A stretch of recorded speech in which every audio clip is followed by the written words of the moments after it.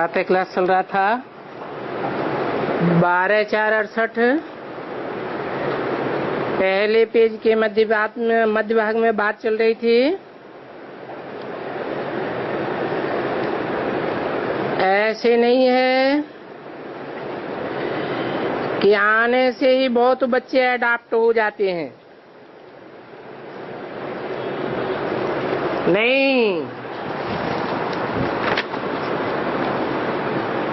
थोड़े थोड़े अडॉप्ट होते जाते हैं। जो आदि सनातन देवी देवता धर्म और चंद्रवंश के थे, फिर उन्हों की ही बैटरी चार्ज होती है। जो अडॉप्ट होते जाते हैं,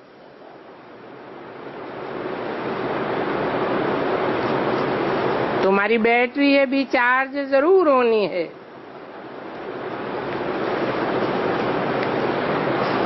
ऐसे भी नहीं सुबह को यहाँ आकर बैठने से बैटरी चार्ज हो जाएगी। नहीं, बैटरी चार्ज तो उठते बैठते चलते फिरते भी हो सकती है, और वो भी याद में रहने से हो सकती है। तुम पहले पवित्र आत्मा सतो प्रधान थे। तुम्हारा सच्चा सोना था और सच्चा जीवर था। अभी तुम तमो प्रधान बने हो। अभी फिर आत्मा पवित्र बनती है तो शरीर भी पवित्र मिलेगा।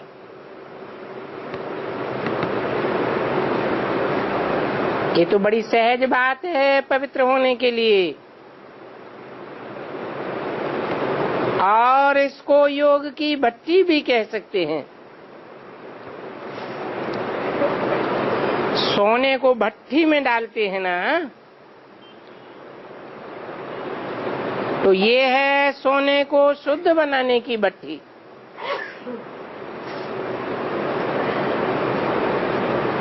बाप को याद करने की भट्टी को याद रखना है, क्योंकि पवित्र तो बनना ही है। याद नहीं करेंगे तो उतना पवित्र नहीं बनेंगे। फिर हिसाब किताब चुकतू करना पड़ेगा, क्योंकि अब कयामत का समय है। सभी को हिसाब किताब चुकतू करके वापस घर जाना है। बुद्धि में घर की याद बैठी हुई है, और किसी की तो बुद्धि में याद नहीं होगी सिवाय तुम्हारे। और किसी की बुद्धि में याद क्यों नहीं होगी सिवाय तुम्हारे।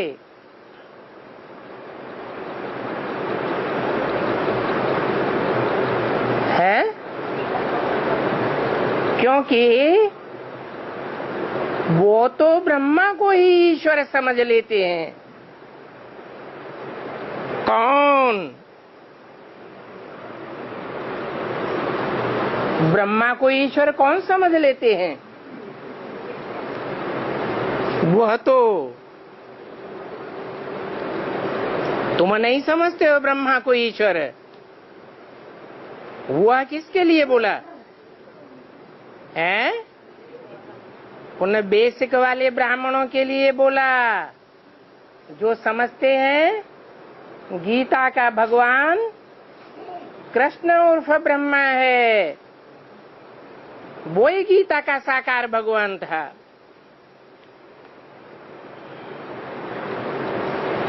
वास्तव में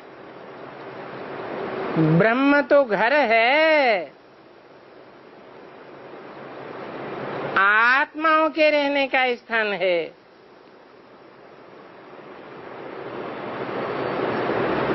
तुम इस बेहद के ड्रामा के एक्टर्स हो। ड्रामा को तुम अच्छी रीति जान गए हो। बाप ने समझाया है, अभी 84 का चक्र पूरा होता है,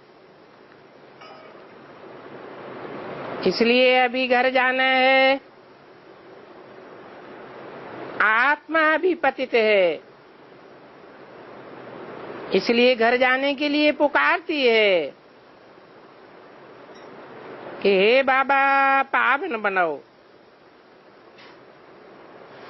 आप हमें पावन नहीं बनावेंगे तो हम घर नहीं जा सकेंगे। तो बाप ही बैठी बच्चों को ये बातें समझाते हैं। ये भी बच्चे समझ गए हैं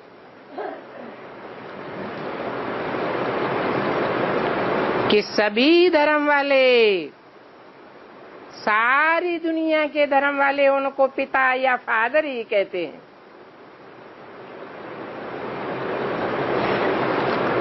ऐसे नहीं है कि टीचर भी कहते हैं।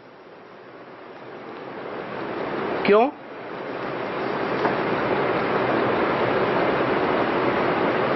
सभी धर्म वाले टीचर क्यों नहीं कह सकते?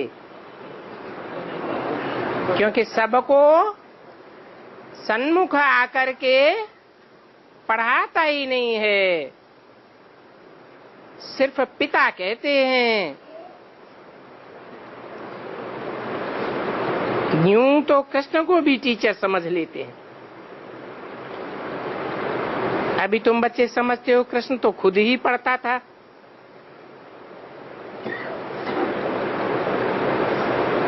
और कृष्ण तो कब किसी का टीचर बना ही नहीं है। ऐसे भी नहीं है कि वो कृष्ण पढ़ करके फिर टीचर बना। नहीं, कृष्ण के बचपन से लेकर बड़ेपन तक की सारी 84 जन्मों की कहानी तुम बच्चे समझ गए हो।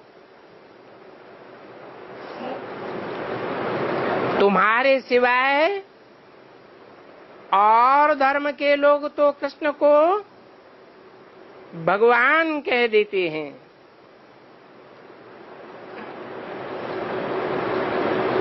समझते हैं जिधर देखो उधर कृष्ण ही कृष्ण।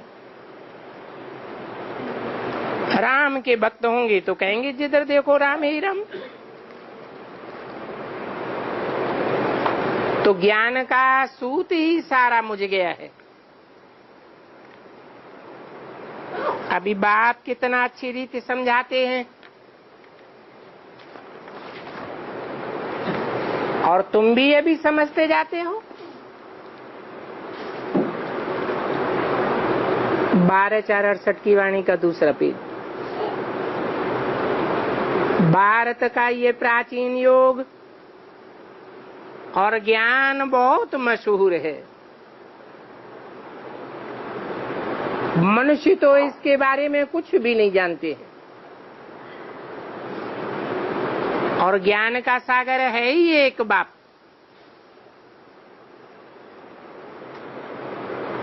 कृष्ण तो बच्चा बुद्धि है। राम बाप को कहा जाता है। वो तुम बच्चों को ज्ञान देते हैं तो तुमको भी कहेंगे नंबरवार ज्ञान के सागर, नंबरवार पुरुषार्थ अनुसार ही कहेंगे। सागर कहें व नदी कहें, क्योंकि पानी तो फिर भी सागर से ही आता है। तो वो होती है पानी की गंगाएं और तुम हो ज्ञान गंगाएं।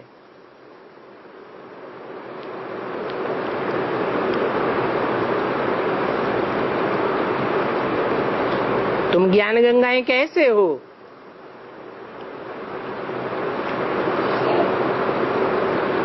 क्योंकि पानी को मथा नहीं जाता है, पानी को मंथन करने से कुछ नहीं निकलता है।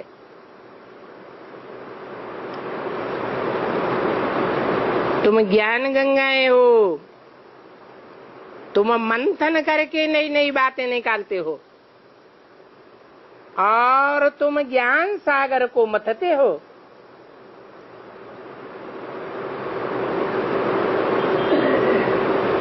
सागर मंथन का नाम बड़ा बाला है।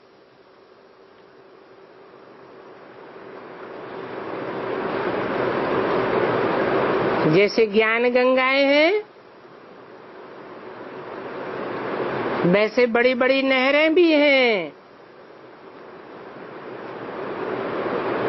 इस हालत में उनको भी ज्ञानवान ही कहेंगे।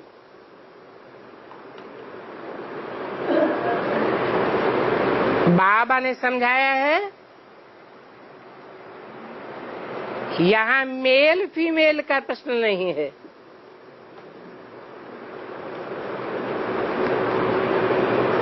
जैसे बाप ज्ञान का सागर है, बाप के बच्चे भी ज्ञान सागर हैं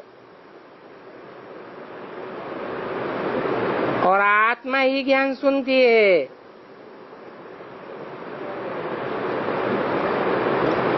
तो आत्म की स्थिति की बात है, मेल फीमेल की बात नहीं है। और वो ज्ञान सागर भी परमात्मा है।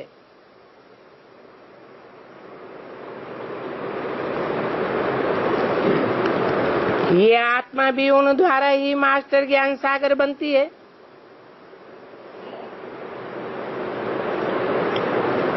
गंगाएं भी न कहा जाए,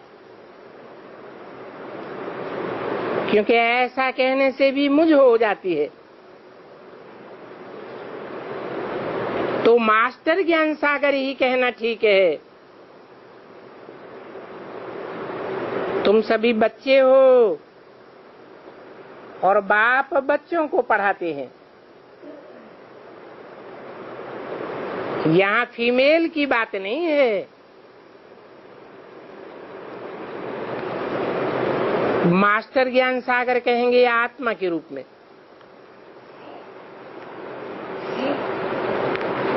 क्योंकि गंगाएं तो फिर भी नाला हो जाती हैं।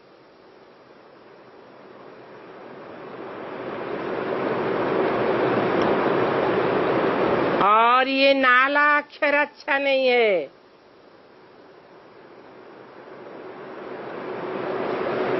क्यों नहीं है? हैं?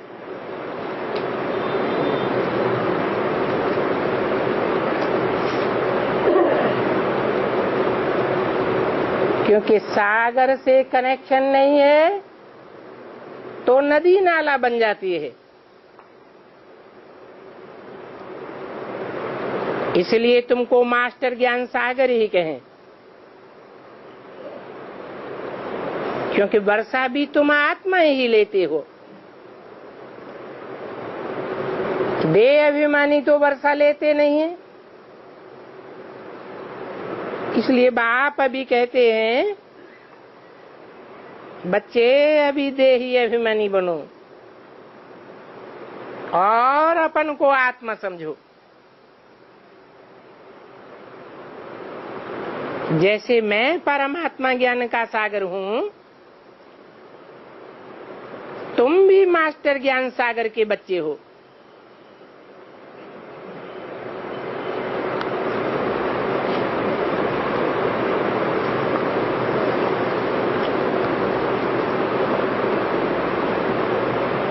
उनको परमपिता परमात्मा कहा जाता है।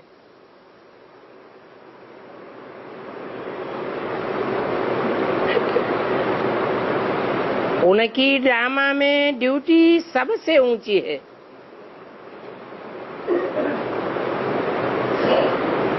जो राजा रानी होते हैं उनकी ड्यूटी सबसे ऊंची होती है ना।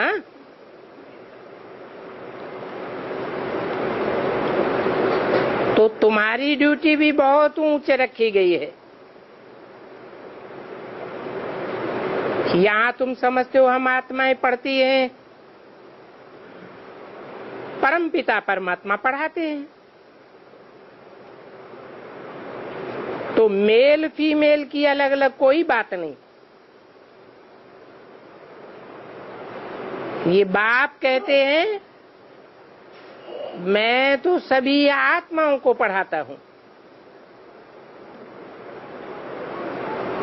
देह अभिमानियों को नहीं पढ़ाता हूं। इसलिए कहते हैं अभी देही अभिमानी बनो, तो सभी ब्रदर्स हो जाते। कौन हो जाते सभी ब्रदर्स? है किनको पढ़ाता हूं? आत्मा अभिमानियों को पढ़ाता हूं।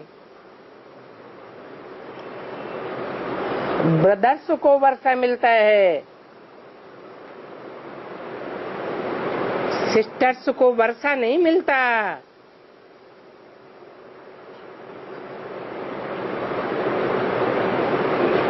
तो कौन हुई सिस्टर्स और कौन है ब्रदर्स?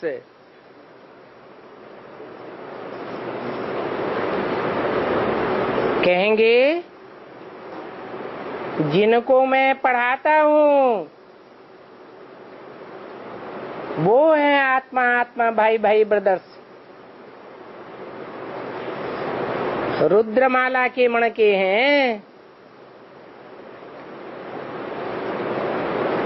परमपिता परमात्मा बाप से पढ़ाई पढ़ने वाले हैं। तो मास्टर ज्ञान सागर ही कहेंगे। बच्चे को भी मास्टर कहते हैं ना, क्योंकि बच्चे ही तो मालिक बन जाते हैं। तो बाप भी तुम बच्चों के साथ कितनी मेहनत करती हैं। अभी तुम आत्मा ज्ञान ले जाती हो, फिर वहां प्रारब्ध चलती है। वहां तो सभी का ब्रदरली प्रेम रहता है। ये ब्रदरली प्रेम बहुत अच्छा चाहिए। तो किसी को रिगार्ड देना और किसी को रिगार्ड न देना, ऐसे नहीं है कि ये आत्मिक प्यार है। आत्मिक प्यार में तो सभी आत्मा आत्मा भाई भाई हैं। भाई एक दो में भाई पने का रिगार्ड रखते हैं, क्योंकि गाया हुआ तो है क्या, हिंदू मुस्लिम सिख ईसाई सब आपस में भाई भाई। तो हिंदू मुसलमान कैसे भाई भाई हैं? कब हुए? किस समय का गायन है?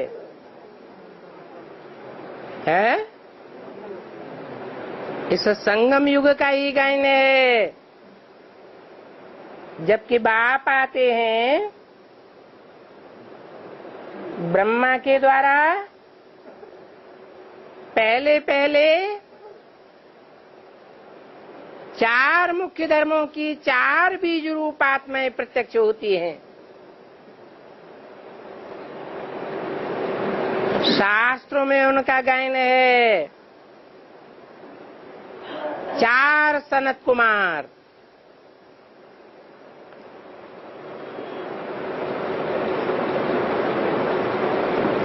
जरूर चारों ही मुख्य धर्मों के बीज हैं, तब गायन होता है।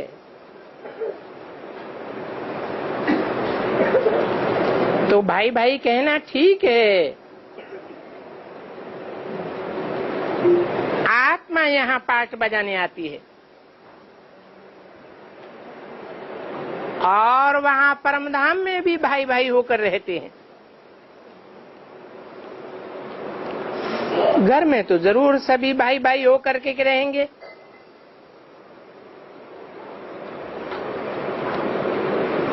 भाई बहन का चोला यहाँ छोड़ना पड़ता है और भाई भाई का ज्ञान भी बाप ही आकर के देते हैं।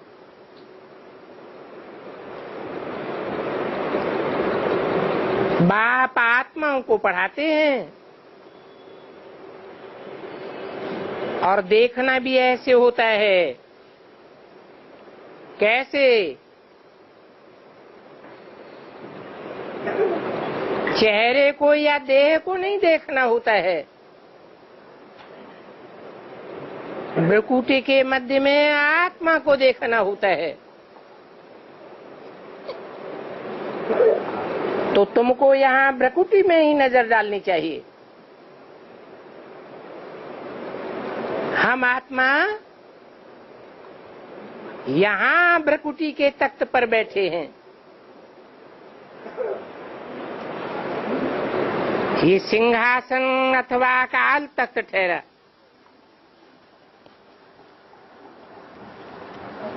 इस अकाल तख्त पर बैठी हुई आत्मा को काल नहीं खा सकता। ये कब का गायन है?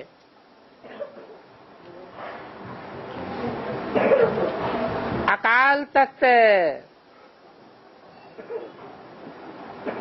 जिसको काल कोई खा नहीं सकता।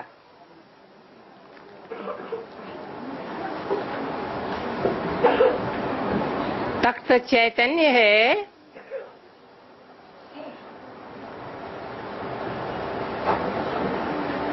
या जड़ है? तख्त भी शरीर है, शरीर का एक अंग है भ्रुकुटी।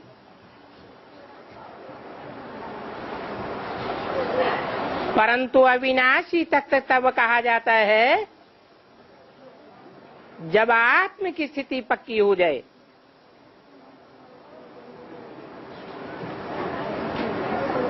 ऐसी आत्मा को काल भी नहीं खा सकता।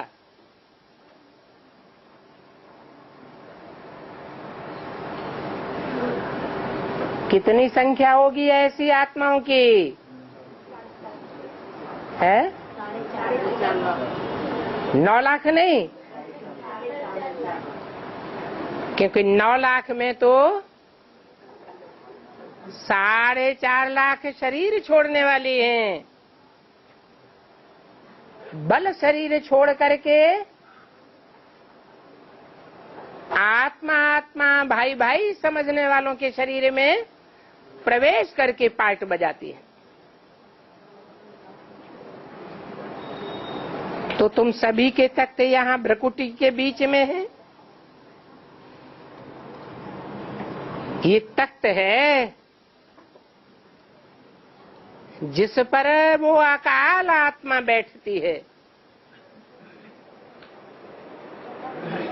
कितनी समझ की बातें हैं। तो अपन को आत्मा समझना है।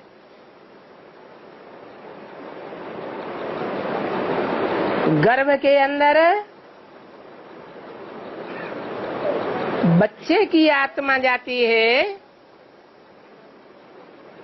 तो भी भ्रुकुटी के बीच में ही बैठती है। वो छोटा सा तख्त फिर बड़ा हो जाता है। तो बच्चों की बुद्धि में है हम आत्मा एक शरीर छोड़ फिर गर्भ में जाएंगे, फिर हम जाकर के भ्रुकुटी में प्रवेश करेंगे।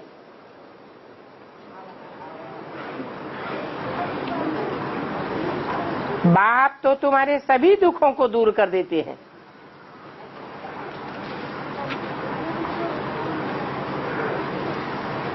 सजा आदि की वहां कोई बात नहीं होती है। कोई प्रकार के दुख की बात नहीं। यहाँ इस दुनिया में तो आत्मा को गर्भ में कितनी सजा भोगनी पड़ती है। इसलिए अंजाम करती है कि अब फिर हम कब पाप नहीं करेंगे।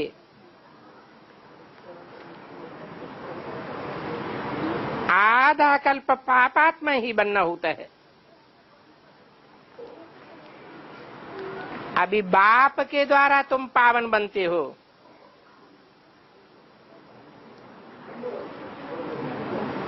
ये द्वारा किसके लिए बोला है? द्वारा मीडिया को कहा जाता है।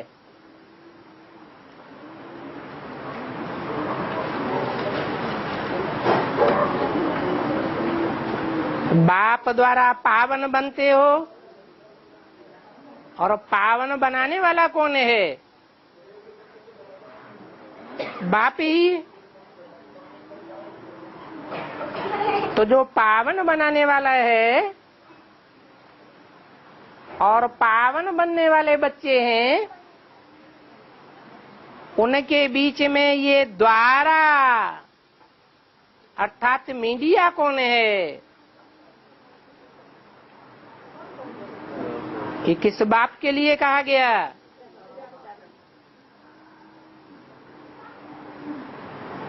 तब तुम पतित से पावन बनती हो।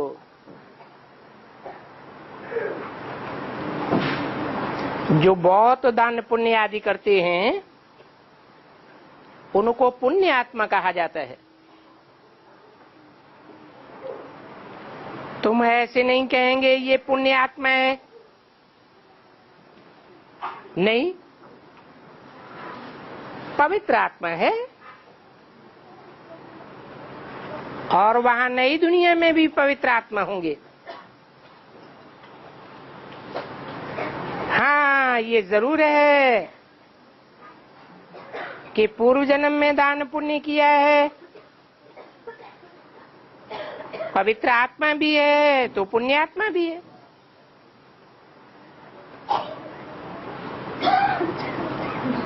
यहाँ तो अपवित्र आत्मा पाप आत्मा है, तो अक्षर भी मुख से शुद्ध निकलने चाहिए, जिसका पूरा अर्थ निकले। भारत का नाम तो बहुत मशहूर है।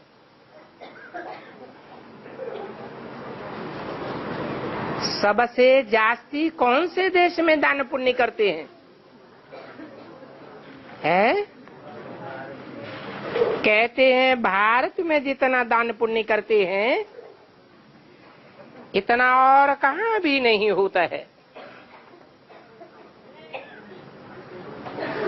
यहाँ तो तुम तन मन धन सब कुछ बाप को दे देते हो। विदेश में इसका गायन क्यों नहीं होता है? हैं? क्योंकि विदेश में तो बाप है, आते ही नहीं है। भारत में ही बाप आते हैं। तो तुम सब कुछ बाप को दे देते हो, और तुम यहाँ ही सब कुछ बाप को अर्पण करते हो। ऐसे नहीं कि नई दुनिया में जाके अर्पण करेंगे, क्योंकि इतना दान करना तो कोई जानता ही नहीं है।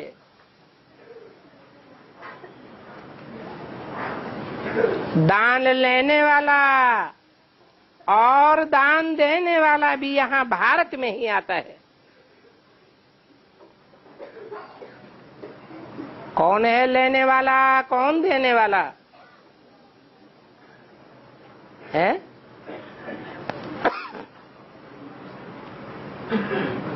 बाप ही ज्ञान का दान देने वाला है, और बाप ही विकारों का दान लेने वाला है। ये सब बड़ी सूक्ष्म बातें हैं जो भारत में ही होती है। तो देखो ये भारत कितना अविनाशी खंड बना हुआ है।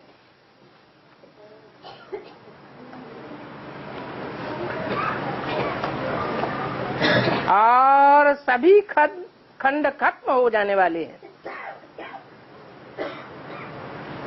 न पहले थे और न अब अंत में रहेंगे।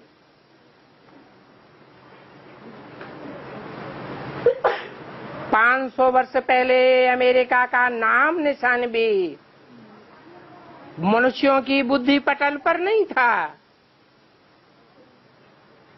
300 साल पहले ऑस्ट्रेलिया का नाम निशान भी नहीं था।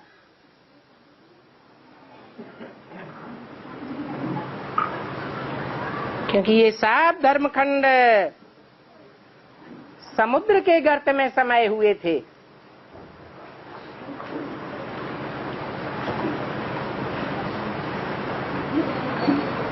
जब द्वैतवादी युग शुरू होता है तब ये धर्मखंड धीरे धीरे ऊपर आते हैं। तो समझना चाहिए कि ये ड्रामा कैसे बना हुआ है। ये बात तुम्हारी बुद्धि में है। 12/4/68 की वाणी का 3रा पेज। दुनिया तो इन बातों को नहीं जानती है।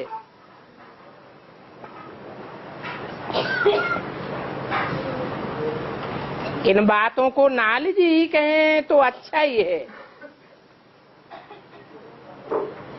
ये नॉलेज है सोर्स ऑफ इनकम।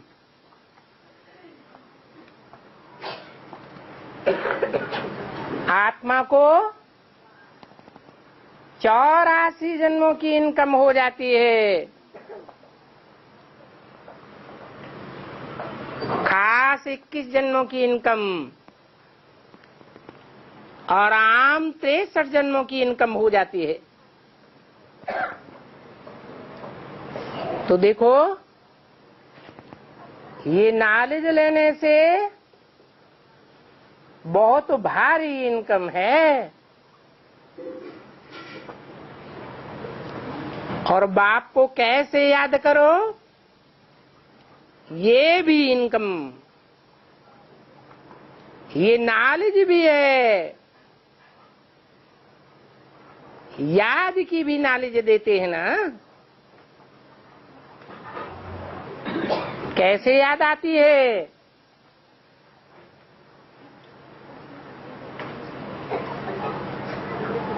किसी को लगाव पूर्वक देखते हैं तो उसकी याद आती है ना। तो ये आंखें मीडिया बन गई।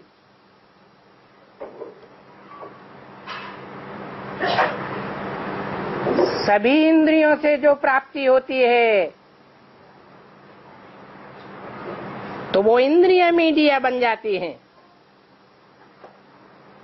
फिर याद जरूर आती है। और यहाँ बाप की याद से तो बहुत भारी इनकम है।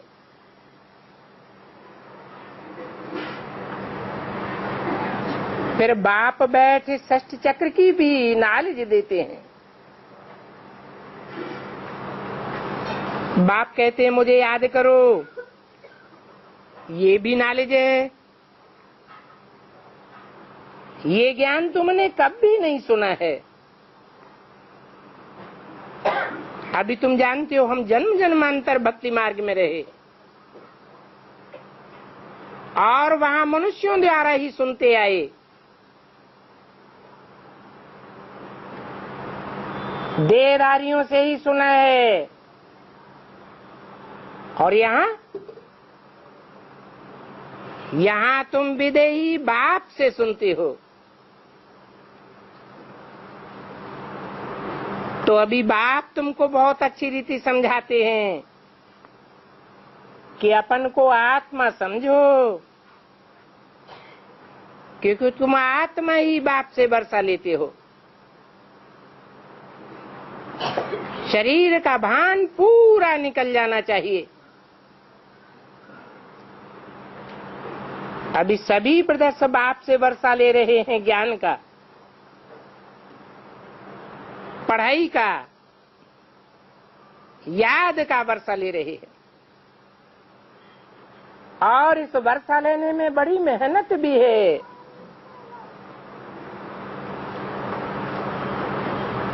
माया घड़ी घड़ी हिलाई देती है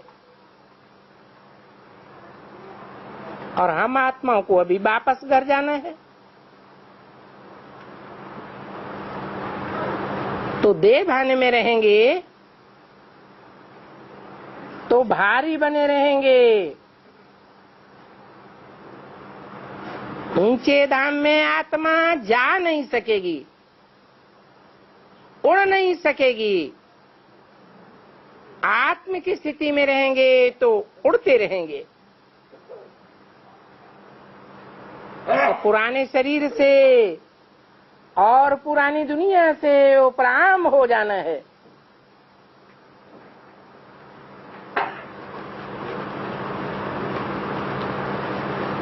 उपराम ही क्यों कहते हैं? उपकृष्ण क्यों नहीं कहते हैं? उप माने ऊपर, राम माने राम बाप।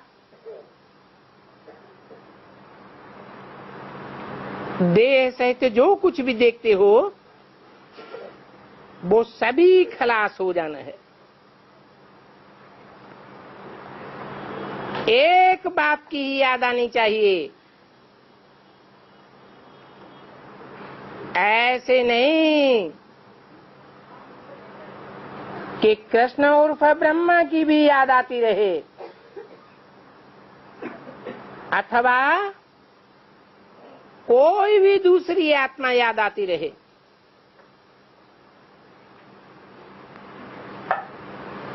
हम अभी संगम में ही ट्रांसफर होते हैं और संगम में भी कब ट्रांसफर होंगे ये बात भी बाप ही बता सकेंगे। इसका हिसाब तुम अपने आप नहीं निकाल सकते। कोई भी मनुष्य इस बात का हिसाब नहीं निकाल सकता। किस बात का? कि हम ट्रांसफर कब होंगे।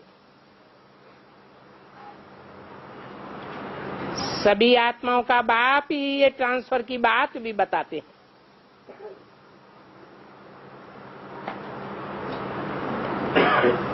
स्कूल में बच्चा पढ़ता है तो भी तो एक स्कूल छोड़कर कॉलेज में ट्रांसफर होता है ना।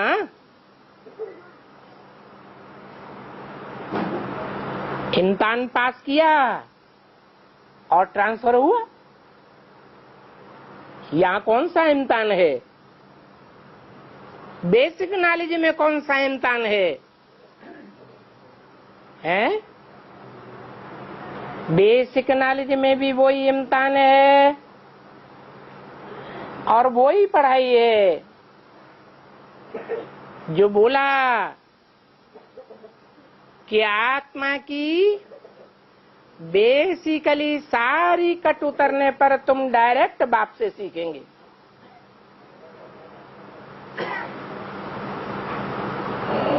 कोई देहधारी गुरु से नहीं सीखेंगे।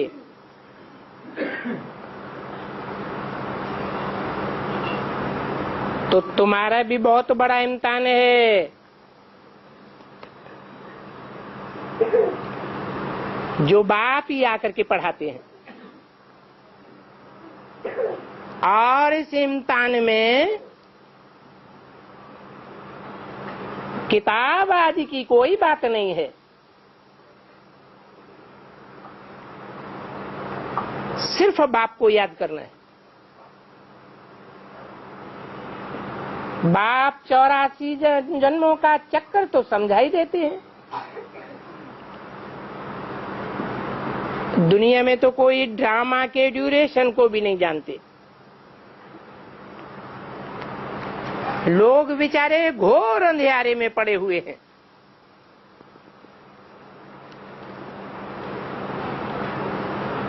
अभी तुम तो जाग गए हो।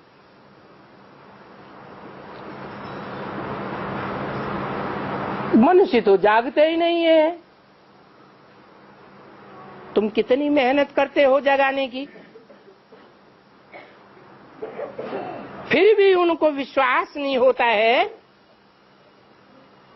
कि भगवान आकर के इन्हों को पढ़ाते हैं।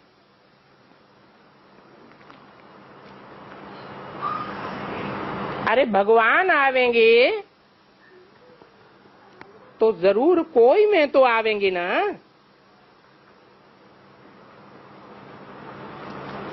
उन्होंने फिर कृष्ण को पकड़ लिया है। किन्होंने? जो बेसिक अधूरी नॉलेज लेने वाले हैं, उन्होंने कृष्ण भगवान यही पक्का कर लिया। जो बैठ किताब बनाई तो सोचा होगा किसका नाम देवे। अब जानते तो कुछ भी नहीं है। और फिर ये चित्र भी देखो कैसे बैठ बनाए हैं। गीता का भगवान साकार या निराकार, क्या चित्र बनाया? उन बेसिक वालों ने क्या चित्र बनाया कंट्रास्ट करने के लिए? है एक तरफ कृष्ण का चित्र रख दिया गीता के ऊपर, और दूसरी तरफ किसका चित्र रखा है?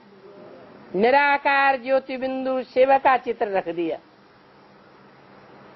अब बताओ निराकार कैसे पढ़ावेंगे? है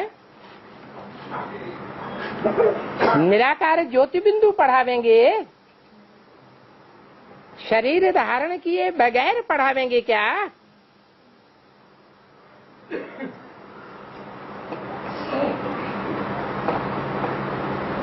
तुम जानते हो कि वो तो कुछ भी नहीं जानते हैं।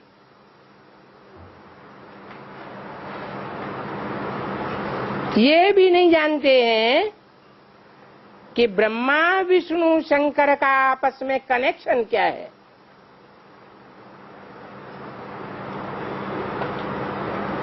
कुछ कनेक्शन है या नहीं है? है? कोई कनेक्शन नहीं। अरे एक बाप के बच्चे होते हैं तो उनका आपस में कनेक्शन होता है या नहीं होता है? तो ब्रह्मा विष्णु शंकर का क्या कनेक्शन है? हैं? भाई भाई हैं। अच्छा भाई भाई है तो कौन बड़ा भाई है, कौन छोटा भाई है, कौन मझिला भाई है?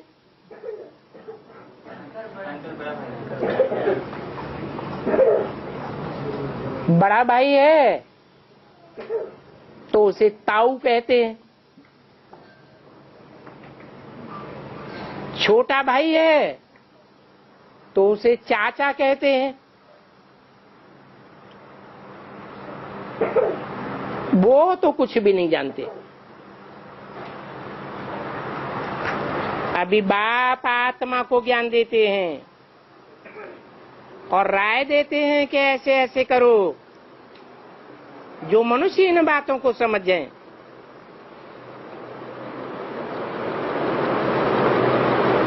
तुम्हारे लिए तो बहुत समझना सहज है,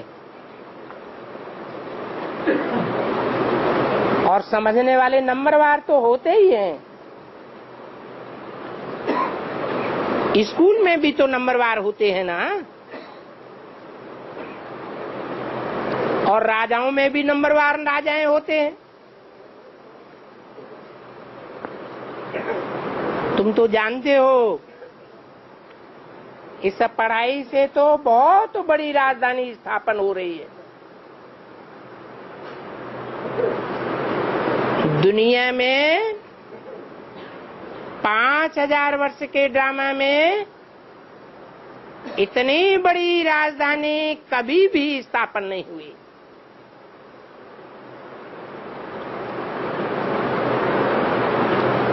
ये बात भी तुम्हारी बुद्धि में है।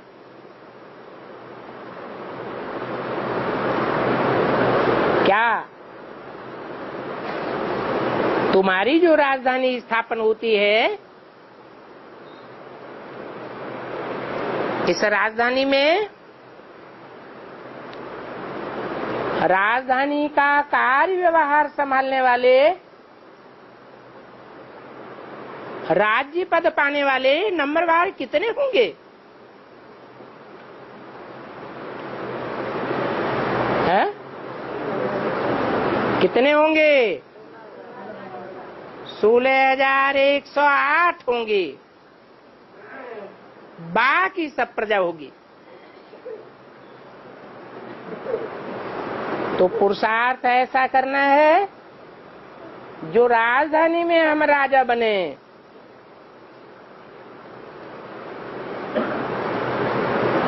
ऐसा पुरुषार्थ तुम इस समय करते हो। अभी यहां करेंगे तो कल्प कल्प करते रहेंगे।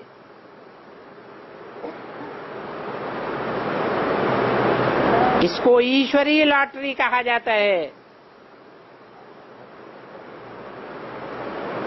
कोई को छोटी लॉटरी मिलती है, कोई को बड़ी लॉटरी मिलती है। तो ये राजाई भी लॉटरी है ना।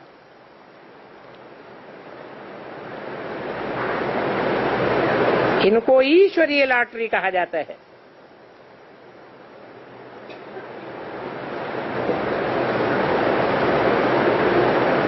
जो आत्मा जैसा कर्म करती है, ऐसी बड़ी लॉटरी मिलती है। कोई गरीब बनते हैं, कोई क्या बनते हैं, परंतु लॉटरी तो सभी को मिलती है ना। और इस समय तुम बच्चों को सारी लॉटरी बाप से मिलती है।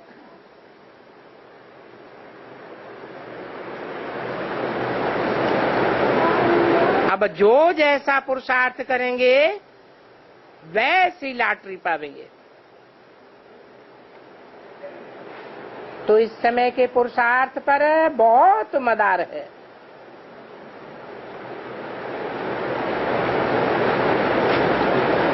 बहुत माने कितना मदार है?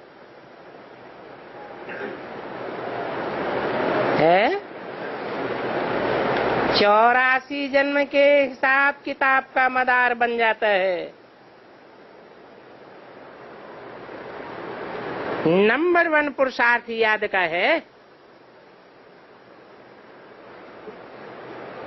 योग बल से ही तुम स्वच्छ बनेंगे। और जो स्वच्छ बुद्धि वाले बनते हैं वो पढ़ाई भी अच्छी पढ़ते हैं।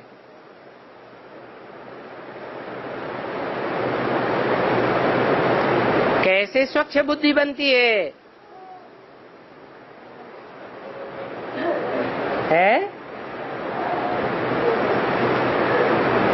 जितना साकार को पहचान करके साकार में उस निराकार को याद करेंगे तो बुद्धि स्वच्छ जरूर बनेगी,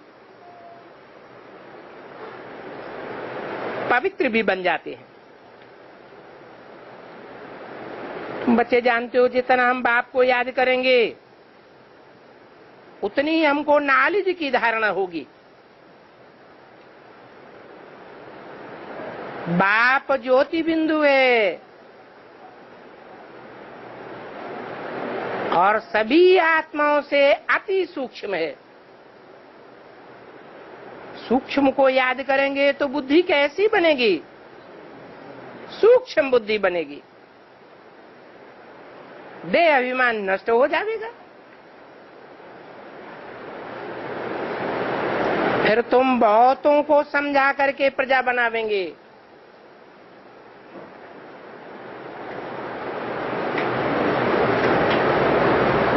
जैसे बाबा बौद्ध धर्म का मिसाल देते हैं, बौद्ध धर्म में एक ने भाषण दिया और एक ही भाषण से 60,000 कन्वर्ट हो गए बौद्ध धर्म में।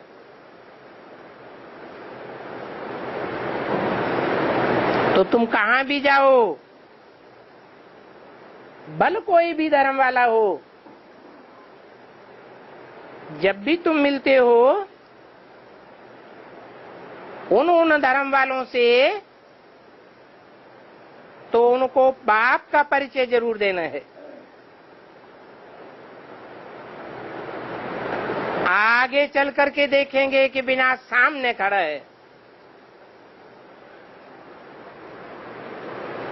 तो विनाश के टाइम पर हमेशा मनुष्यों को वैराग आ जाता है।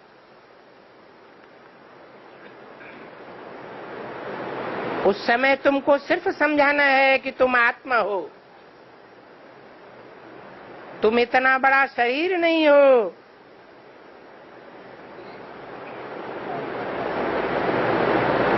अब बताओ, गॉड फादर किसने कहा? शरीर ने कहा या आत्मा ने कहा? शरीर का बाप शरीरधारी होता है और आत्मा का बाप आत्मा ही होता है।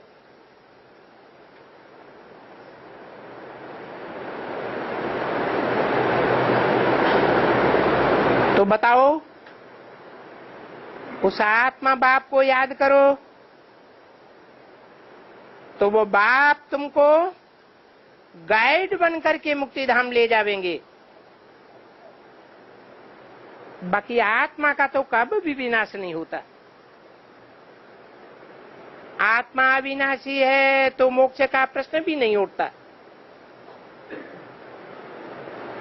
हर एक आत्मा को पार्ट भी जरूर बजाना है। और आत्माएं सभी अविनाशी हैं। कोई भी आत्मा विनाश होने वाली नहीं है। हाँ, 5000 वर्ष के पार्ट का विनाश हो सकता है। कोई का कम विनाश होगा, कोई का ज्यादा विनाश होगा। तो ये ड्रामा चलता रहता है। जो भी 500 करोड़ आत्माएं हैं वो सब अविनाशी हैं। आत्मा तो कब विनाश होती नहीं। बाकी वहां जाने के लिए बाप को याद करो तो विनाश होंगे। फिर तुम नंबरवार घर में चले जाएंगे। ये सब बातें दुनिया के सभी लोग आखिर जरूर समझेंगे। जो दुनिया के बड़े बड़े सन्यासी हैं वो भी समझेंगे, क्योंकि वापस तो सभी को जाना है।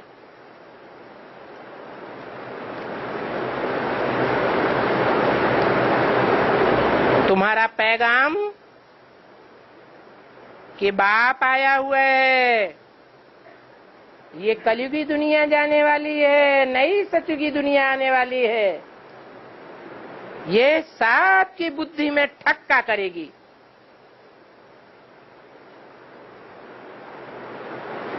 तब का ही गायन है, अहो प्रभु तेरी लीला, तुम्हारी गतमत तुम ही जानो। जानेंगे तभी तो किसको मत देंगे ना, कि जानी हुई मत को अपने पास रख लेंगे। उनकी मत से सदगति होती है। सत्य सच्चाई को कहा जाता है और सत्य ही सदगति कर सकता है। झूठा कैसे सदगति करेगा? तो जरूर वो सदगति का रास्ता बताने वाला है। ओम शांति।